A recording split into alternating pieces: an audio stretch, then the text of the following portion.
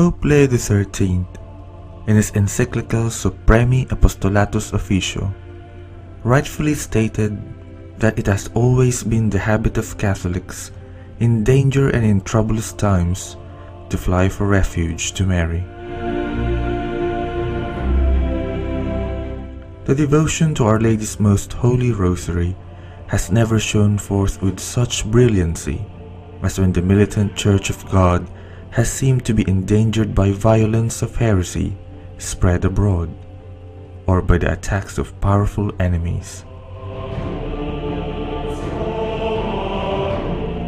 History bear witness to the supplications addressed to the august Queen of Heaven, to the help she has granted in return, which she had obtained from God. The history you are about to see is a miraculous event authenticated and recorded at the Vatican over 400 years ago.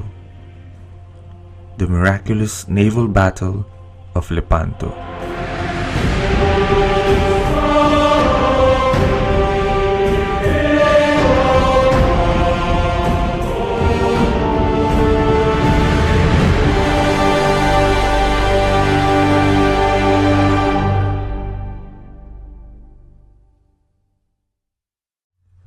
The vast forces of the Turks threatened to impose on nearly the whole of Europe the yoke of superstition and barbarism. At that time, Christendom was under the care of the humble and holy Supreme Pontiff Pope Pius V, a Dominican monk who ascended to the throne of Saint Peter 5 years earlier. Seeing Europe in great danger of a Turkish attack, Pope Pius called for a holy crusade to save the Christendom. Many Christians, having fallen to Protestantism and lukewarmness during the period of the Renaissance, turned deaf ear to the exhortations of the Pope, ignoring the needs of the Roman Catholic Church. Eventually, the Pontiff brought together the Holy League and assembled a Christian fleet. The Pope was declared chief of the League and expedition to avoid occasions of dissension among the princes that were engaged in the coalition.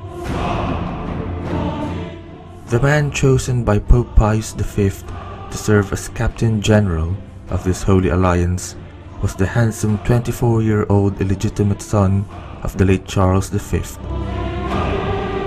Don Juan of Austria, who, despite of his age, was a capable naval commander. The Ottoman fleet, under the command of Ali Pasha, had 330 vessels and 75,000 soldiers. The Christians had only 206 ships and 30,000 soldiers. The Pope offered Holy Mass, the Rosary and Benediction for the soldiers and sailors of the Christian fleet, and likewise ordered the admirals and generals to disband all who were interested in fighting not for the preservation of Christendom, but only for plunder, as well as all scandalizing and rioting men who might bring indignation down from heaven by their misdeeds. And thus Christ's faithful warriors, prepared to sacrifice their life and blood for the salvation of their faith and their country, proceeded undauntedly to meet their foe in the Gulf of Lepanto, off the southern coast of Greece, at dawn on October 7, 1571. It was first Sunday of October.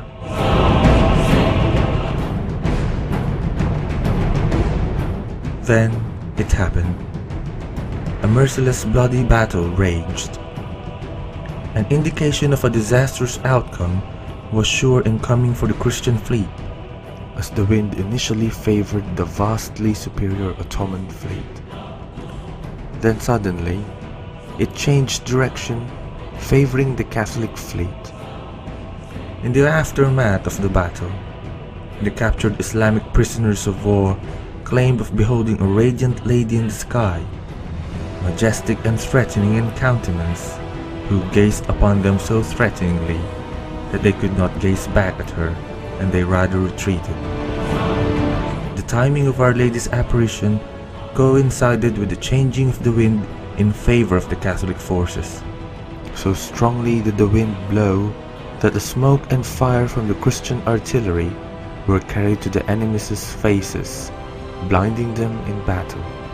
Other Ottoman prisoners of war swore that they saw Jesus Christ, Saint Peter, Saint Paul, and an army of angels with swords fighting against the Ottoman navy. Later, the allegation that the claimed visions were made up by Catholics was soon disproved by the numerous Mohammedan witnesses who swore to the truth of their testimonies. Interpreting the characteristic descriptions given by the Muslim sailors as they had seen from the alleged apparitions, the interrogators were able to recognize Christ and the Christian saints.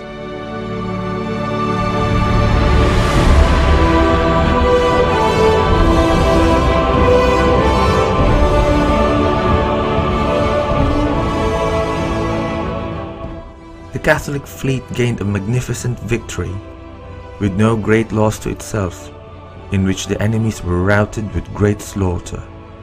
Over 25,000 Muslims were killed, 5,000 taken prisoners, and 113 vessels sunk. The Holy League suffered only 7,500 casualties, 16,000 wounded, and lost only 17 ships. Hundreds of miles away in Rome, the Pope had a heavenly vision just as the battle was being won at sea. He jumped up from his seat, ran to the window and cried, "It is not time to talk about business," he said. "Our great task at present is to thank God for the victory He has just given to the Christian army." It took 2 weeks before the actual confirmation of the victory of Lepanto over Muslims to reach Rome. Later, the records show that at the time the pontiff made the statement was the very same moment the Ottoman fleet was defeated. Pope Pius V gave thanks to the Most Holy Virgin for the triumph. He then instituted the Feast of Our Lady of Victory to celebrate the anniversary of so memorable a struggle, which he attributed to the Blessed Virgin Mary. In 1573, Pope Gregory XIII changed the title to the Feast of the Holy Rosary and assigning it to the first Sunday of October. Pope Pius X changed the date to 7th of October in 1913 as part of his effort to restore celebration of the liturgy of the Sundays. Finally, in 1960, Saint Pope John XXIII changed the title to the Feast of Our Lady of the Rosary.